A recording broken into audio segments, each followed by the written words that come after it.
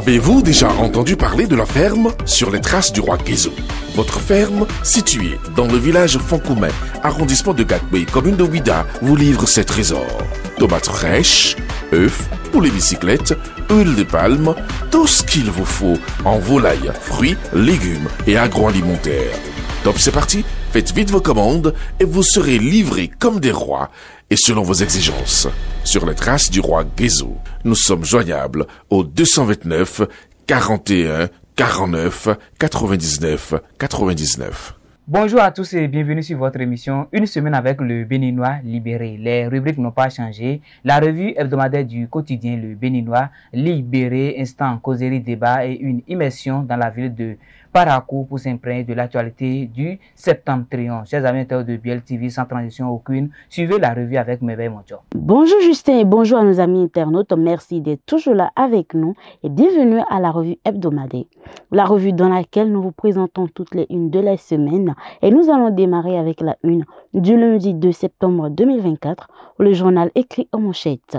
Durcissement infernal de la vie carcérale de Rikia Madougou.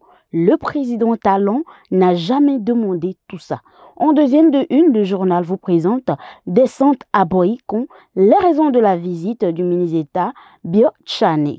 En troisième de une, rentrée gouvernementale après un mois de vacances, Talon et ses hommes en kaki culottes.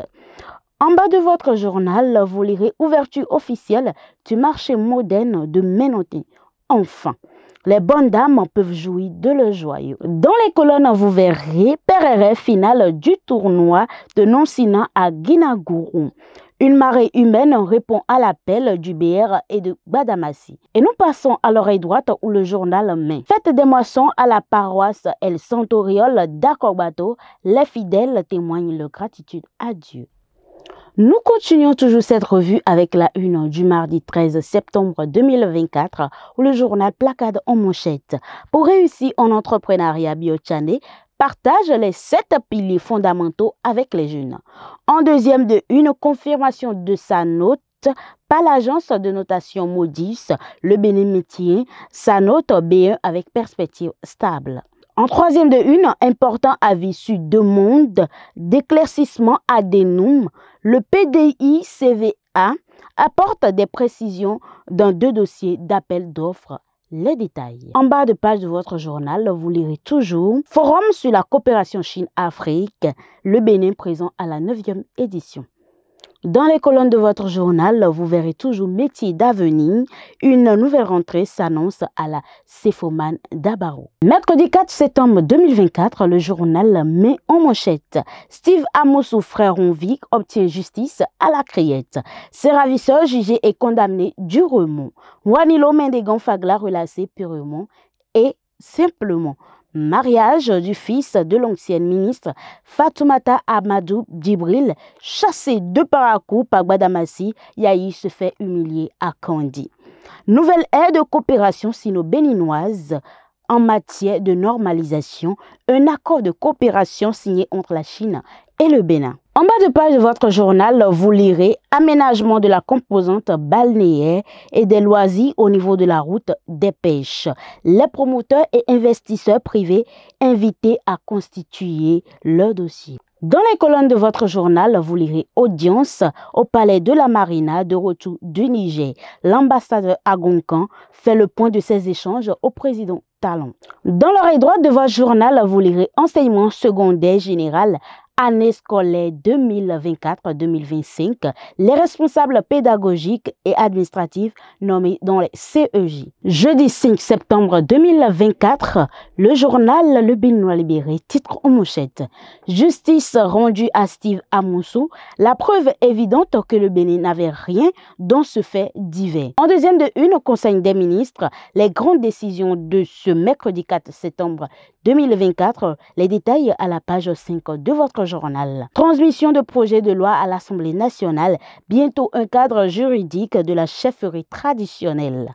En bas de page de votre journal, paiement des amendes judiciaires, un dernier rappel à l'AGT à l'endroit des personnes condamnées. Dans les colonnes de votre journal, après la visite de Nicéphore Soglo à la GDIZ à Caen, le tout de Boniaï. Dans l'oreille droite, écoles maternelles et primaires, de nouveaux directeurs dans les 12 départements. Nous terminons cette revue avec la une du vendredi 6 septembre 2024, le journal écrit en manchette. Affaire Steve Amoussou et débat sur les notions de kidnapping et de séquestration. Ce qu'a révélé le procès du mardi dernier, caractéristiques, prix et autres de Sofitel Cotonou Marina, hôtel et spa. Un hôtel 5 étoiles qui rehausse la destination Bénin en deuxième de une. En troisième de une, vous lirez inauguration du marché moderne régional de Rouegbo, une infrastructure moderne qui va booster l'économie régionale. Le journal précise que Sadia Souman est clair sur le prix des places dans les nouveaux marchés. En bas de page de votre journal, vous lirez célébration de la deuxième édition de FEGEM. La fondation Lu7 à Tropo annonce l'ouverture des inscriptions pour les marathons. Dans les colonnes de votre journal, vous verrez éliminatoire de la Coupe d'Afrique des Nations CAN Maroc 2025. Les Guépards affrontent les Super Eagles demain. Dans l'oreille droite de votre journal, pour achever cette revue CEP 2024, le classement des admis dans les CEG est désormais disponible. C'est tout pour cette revue hebdomadaire. Merci de nous avoir suivis. Restez câblés et à bientôt. Merci Merveille pour cette présentation. Chers amateurs de Biel TV, Instant Causerie Débat s'installe et nous recevons pour vous le directeur du journal Le Béninois Libéré, Akilou Yakoubou. Akilou Yakoubou, bonjour. Bonjour Justin, bonjour chers amis internautes. Comment a été le nouveau mois?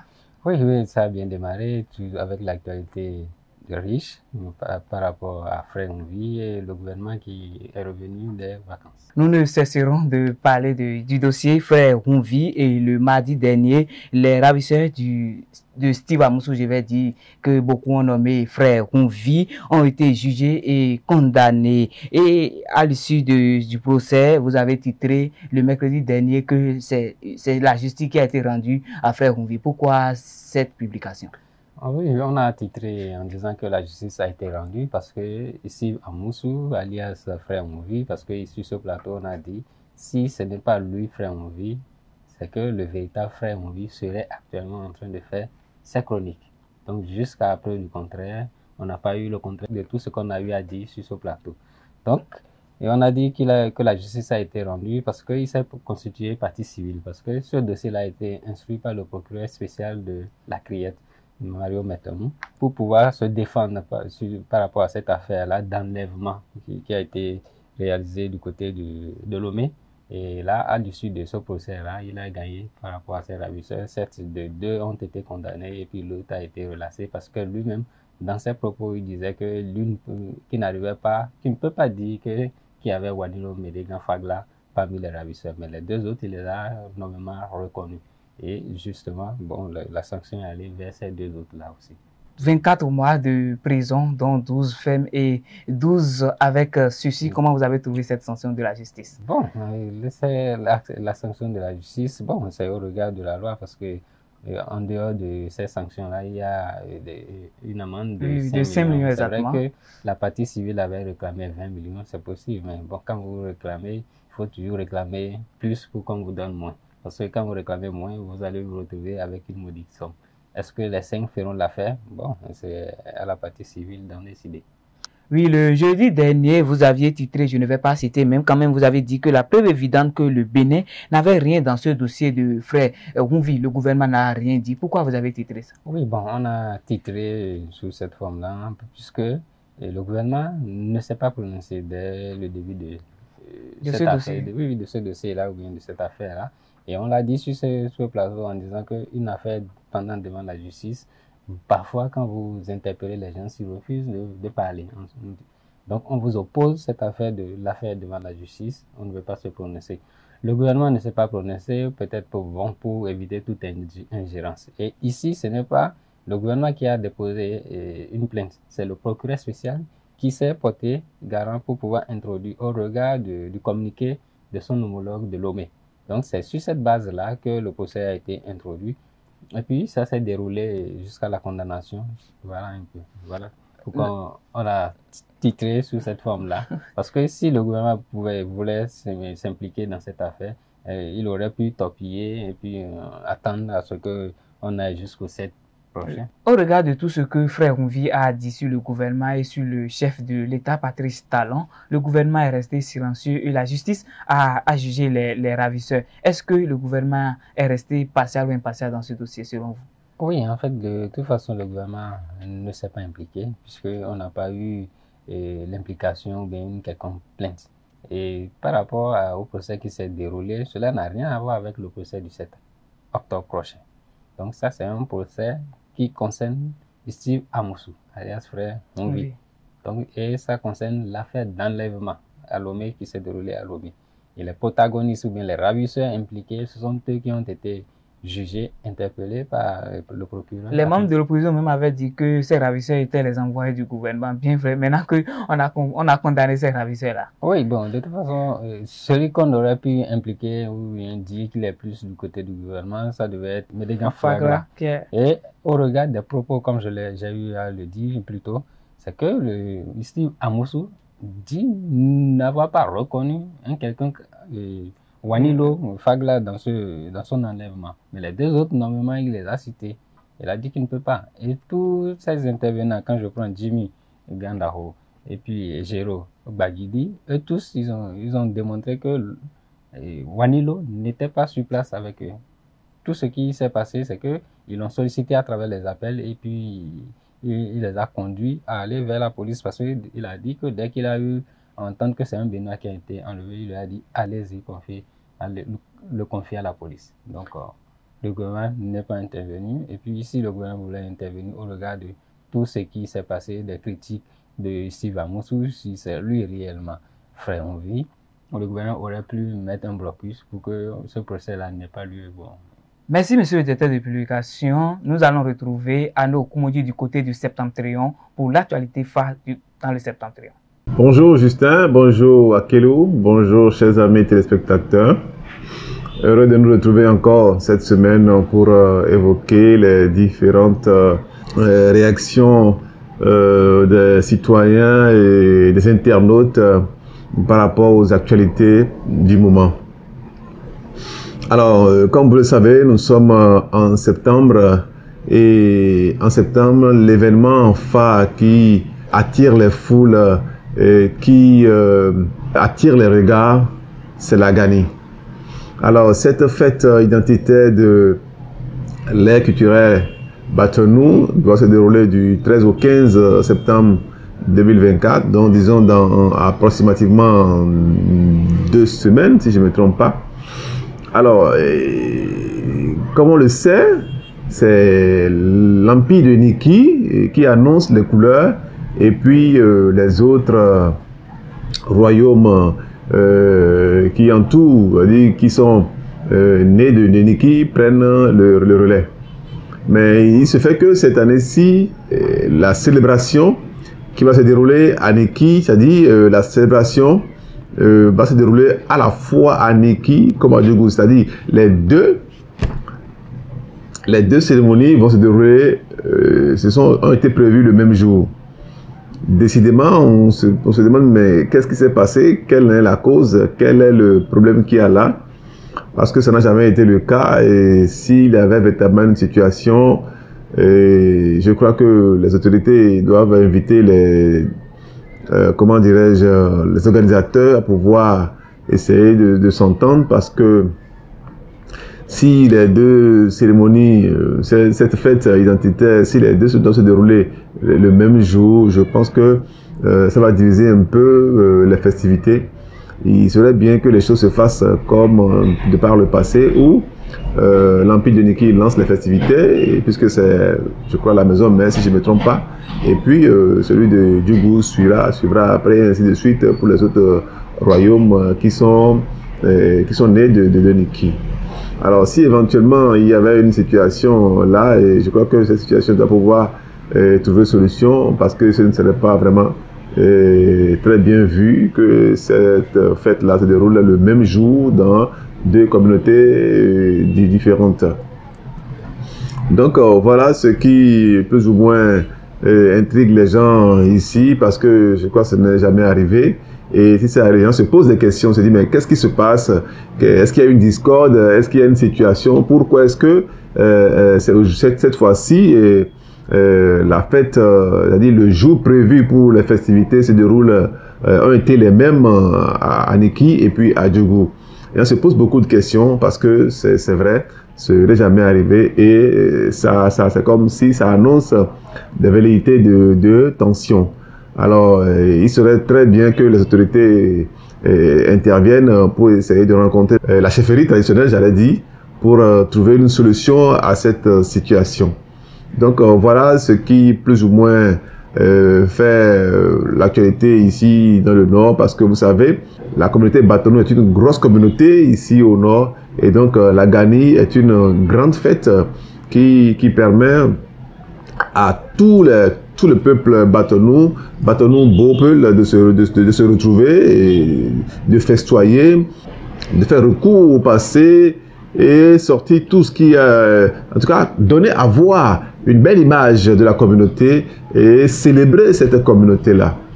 Donc, voilà un peu ce qui anime les débats plus ou moins ici dans le Septentrion. Merci à nous sommes de retour sur ce plateau pour continuer notre instant causerie débat. Et pour cette seconde partie, nous allons parler de l'une des actualités phares de cette semaine. Il s'agit de la visite de l'ancien président Soglo à la GDIZ. Monsieur le directeur de publication, comment vous avez trouvé ce geste de l'ancien président? Oui, bon, en fait, c'est un économiste. Et pour un économiste, qu'il aille à la GDIZ, c'est une visite qu'on peut saluer. Parce qu'il est à même, au regard de sa carrière politique, d'apprécier ce qui se fait là-bas. Et quand il est allé, il a réellement apprécié. Il a réellement visité tout ce qui se fait là-bas à travers les différents pans, les usines qui fonctionnent et puis les services. Parce que je le voyais aussi à travers les images qui ont circulé, des treillis qui se confectionnent du côté de la GDIZ. Et après ça, il a eu à tenir de ces propos-là qui réjouissent aujourd'hui du côté du gouvernement ou bien des partisans du gouvernement qui saluent cette franchise-là parce qu'il s'est dit que lui ne savait pas que quelque chose se faisait. Réellement, quelque chose se faisait parce qu'au fur et à mesure que des étrangers descendent au Bénin, ils font des tours là-bas. C'est pas seulement la place de l'Amazone qui attire les gens pour les visites touristiques. Il y avait aussi la GIZ où les gens y vont parce que la dernière visite dont je me rappelle, c'est le président de la BAD qui était là-bas. Donc, au-delà de lui, je me rappelle, il y a aussi des présidents aussi qui ont fait un tour là-bas. L'ancien président nigérien, bon, Bazoum, qui avait fait un crochet de ce côté-là. Donc, réellement, la GIZ suscite beaucoup d'engouement. Certes, ce n'est pas encore inauguré, mais ça se fera dans quelques jours. Donc, c'est une visite opportune et à saluer et à encourager. Et aussi parce que quand on entend des propos d'une personnalité de la trempe du président Nicéphore Soglo, cela encourage. Il a dit, je cite, j'irai voir Patrice Talon et lui dit que je ne suis pas content, tu nous caches des choses. Comment vous avez trouvé cette citation, oui, cette déclaration? Bon, c'est une déclaration ou bien des propos qui font rire parce qu'ils se sont vus à plusieurs reprises. Je me rappelle, la dernière, ça devait être le 1er août où il devait assister, mais compte tenu de son état de santé, il n'était pas là. Et le président, après les festivités, lui avait rendu visite pour prendre connaissance de son état de santé. Bon, qu'il aille aujourd'hui, qu'il dise de ses propos, bon, peut-être qu'il a lâché un peu du lest, on dira, parce qu'il a quitté peut-être ses idées d'opposant ou bien de quelqu'un qui s'opposait ou bien à partir du salon, et il est en train de revenir, peut-être à la raison, en se disant qu'il faut reconnaître ce qui se fait, encourager ce qui se fait pour que d'autres puissent aller. Parce que, sans mentir, les gens le diront, on sait ce que le président Soglo a fait de 90, après les élections de 90 jusqu'à son départ en 96. Donc, on sait ce qu'il a fait et après lui, d'autres ont apporté leurs pieds à l'édifice. Et quand ils voient sur le président Talon travailler, peut-être qu'il s'identifie à sa jeunesse où lui aussi avait entamé des choses. Parce qu'en son temps, on disait ce n'est pas des pavés qu'on allait manger. Aujourd'hui, cela se dit asphaltage ou bien autre chose.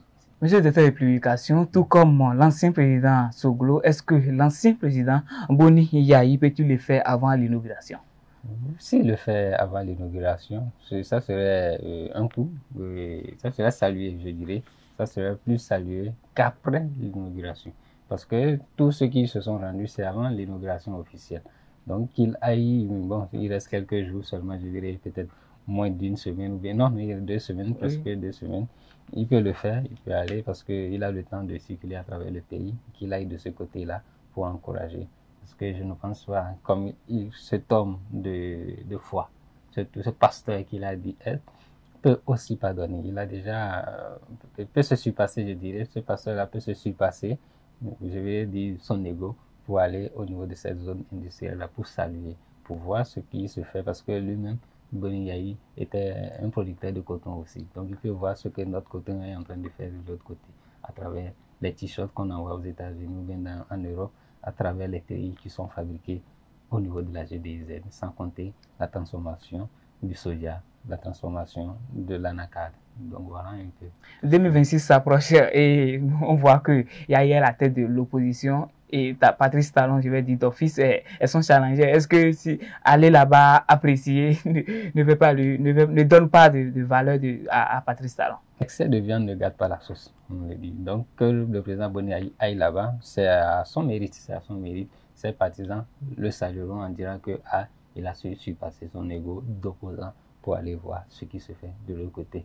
Et je pense que du côté de la mouvance aussi, les gens salueront cet acte-là s'il le pose comme le président Soglo a fait. Parce qu'aujourd'hui, c'est le président Soglo qui reçoit des lauriers compte tenu de sa visite, compte tenu de son discours qui a changé après avoir visité. Si Boni Yayi aussi visite cet endroit-là, son discours changera par rapport au travail que le président Patrice Talon a entamé depuis 2016.